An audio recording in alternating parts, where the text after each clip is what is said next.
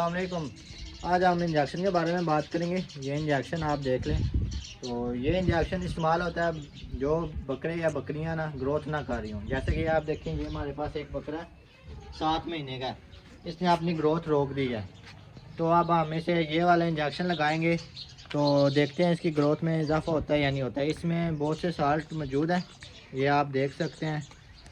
और ये इतना महंगा भी नहीं है इंजेक्शन, ये है जी 295 रुपये का। माशाल्लाह इसका रिज़ल्ट बहुत अच्छा है।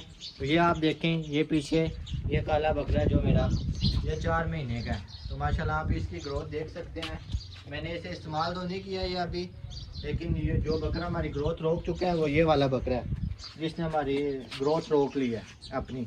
ठीक हो गया। अब हम इसे ये इंजेक्शन लगाएंगे, ये इसे हम लगाएंगे 2 सीसी तक।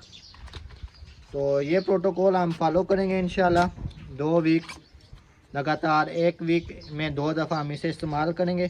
जब भी आप कोई भी इंजेक्शन लगाएं उसे अच्छे तरीके से हिला लें ताकि उसके जो साल्ट वगैरह वो मिक्स हो जाएं। बाकी मैं ये नहीं बोलूँगा कि आप मेरे चैनल को सब्सक्राइब करें या वीडियो को लाइक करें, ये आपको बेहतर पता है आपने क्या करना है। जो भी करना है आपने दबा के करना है ताकि पता लगे। तो ये अब हम इंशाल्लाह लगाएंगे इसे इंजेक्शन 2 सीसी तक। ये आप देख लें, ये जी हम इंजेक्शन बना दें। ये 2 सीसी तक हो गया इंजेक्शन। ये अब हम इसे लगाएंगे। ये जो इंजेक्शन लगाना है ये गोश्त में लगाना है, ये ध्यान करना आपने। जो भी इंजेक्शन लगाना है ये वाला गोश्त में लगाना है। सबसे बेहतर जगह जो होती है बकरे की ये वाली होती है जिधर गोश्त होता है। बिस्मिल्लाहिर्रहमानिर्रहीम।